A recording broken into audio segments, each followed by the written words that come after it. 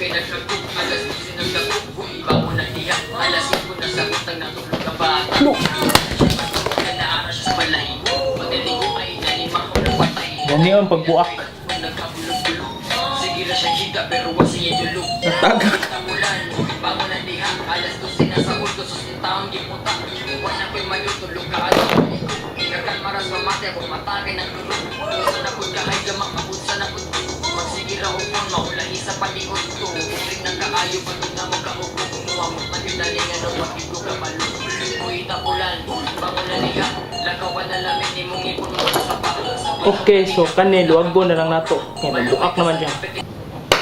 Hi guys, so karon na buak ta sa miracle fruit, ginatawag og sa English calabash.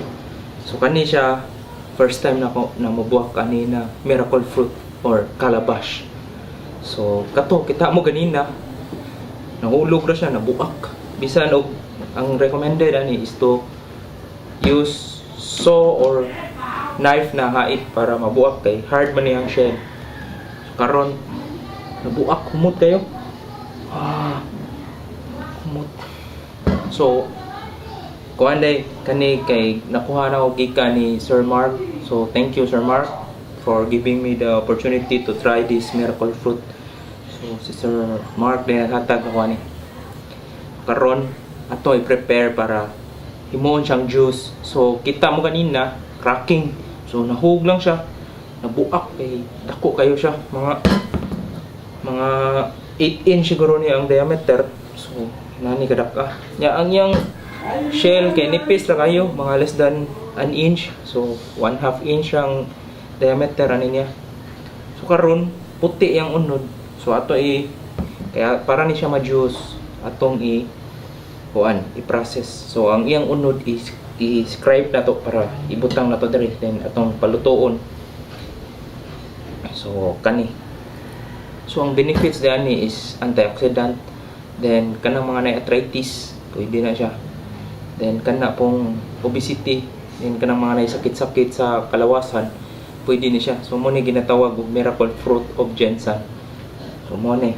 So karon atong scrape para at least makita nato na kuan siya sa pag-process. Humot siya. Dahil ang kuan. So karon puti ko nang unod. So after cooking ani black na ni siya. So mo na miracle fruit. So mo ni crack na. So atong i-process. So karon scrape na ta. So kuan lang. Hope sundan ko niyo sa process. So karon so scrape na to. Wala ko kutsara luwag. Humok ra siya.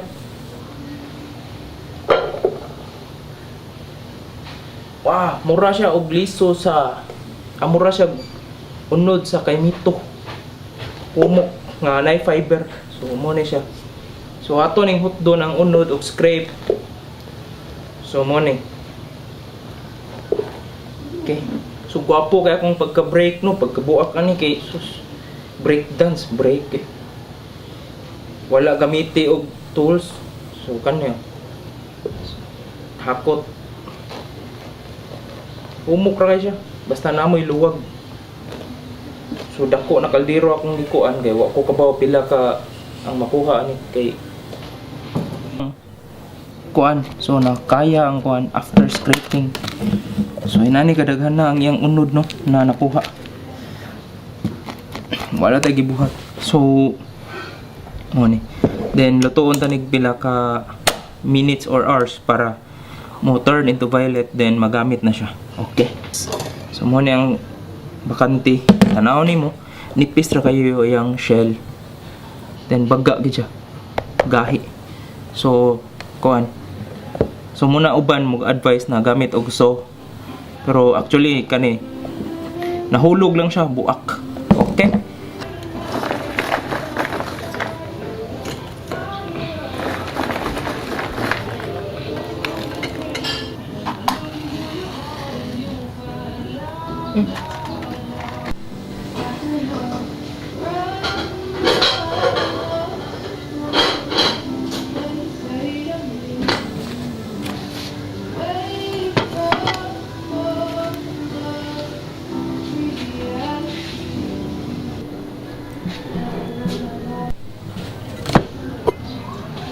Kulangan ko na uling kadugan.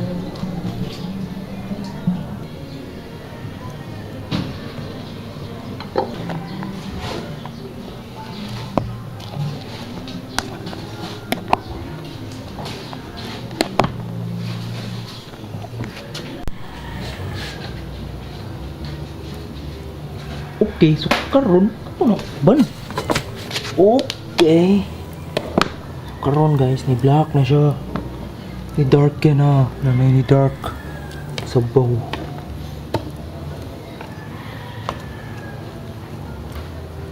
Huwag ko piyansa kagika ni sa Surigao del Sur ang luwag. Hardwood. Loh, muta eh.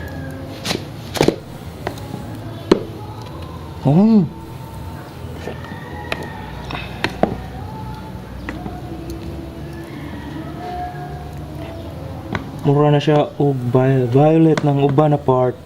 So ato na to na mahuman tanan. So nanay black na uban. So wag gini siya tubig na gimix. Just pure fruit. So daghan kay siya no, tunga sa kaldero. Sa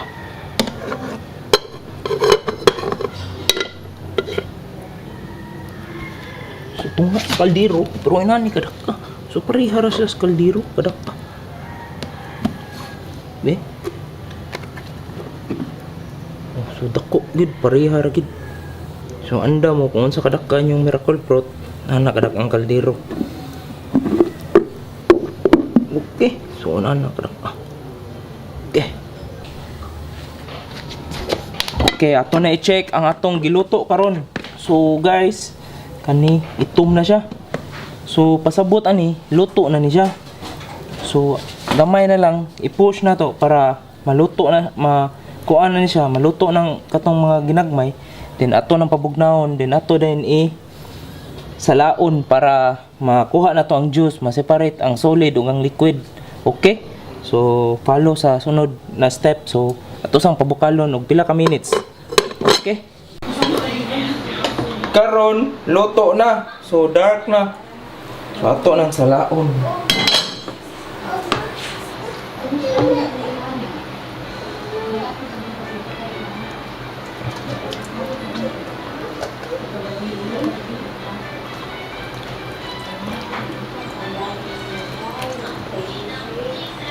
Kana itom na.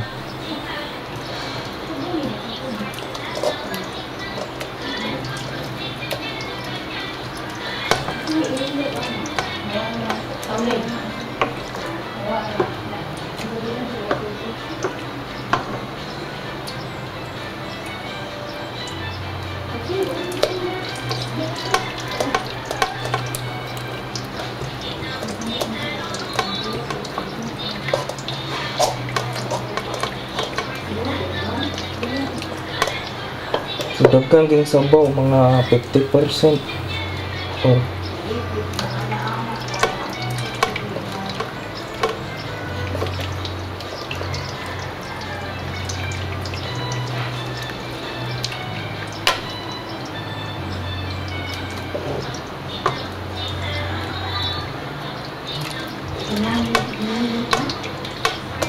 okay kani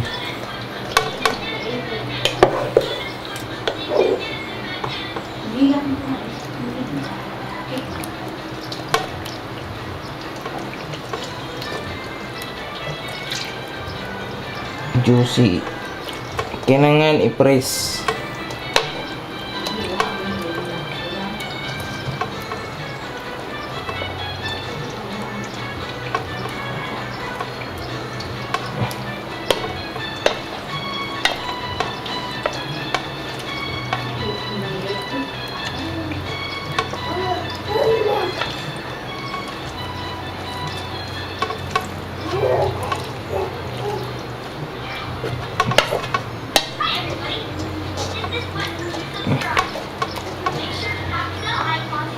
Okay, so 2 songs.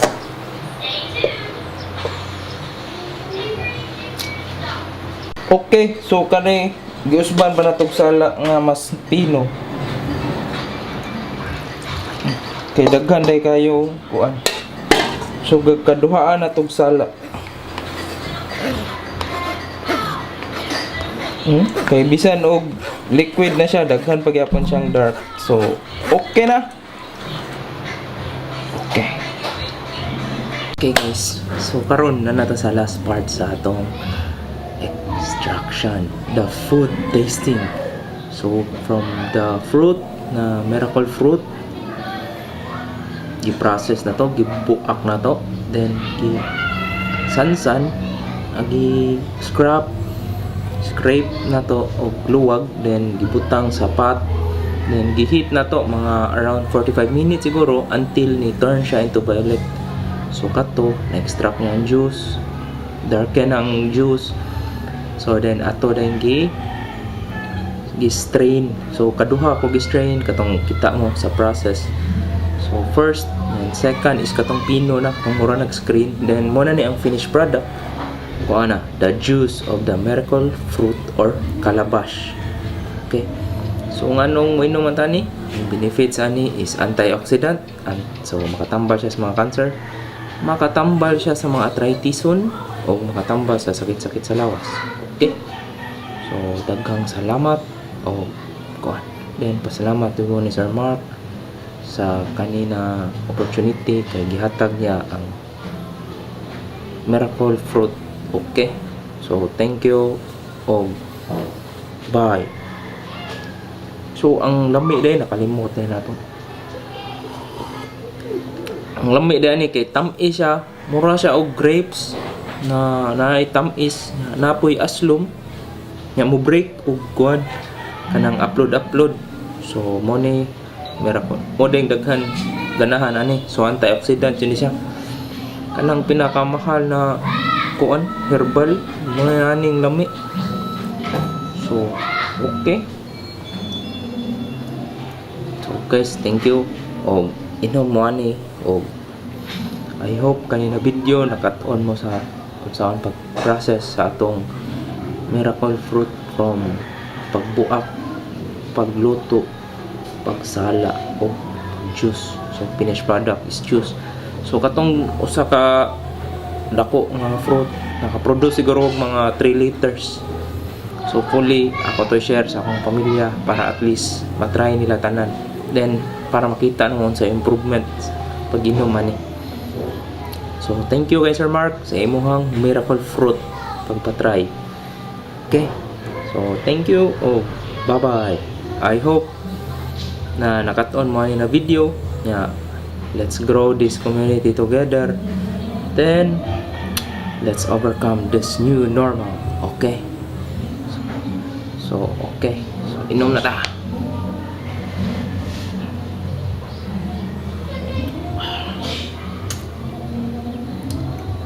Ni agad eh. Hurot ko sa kabaso.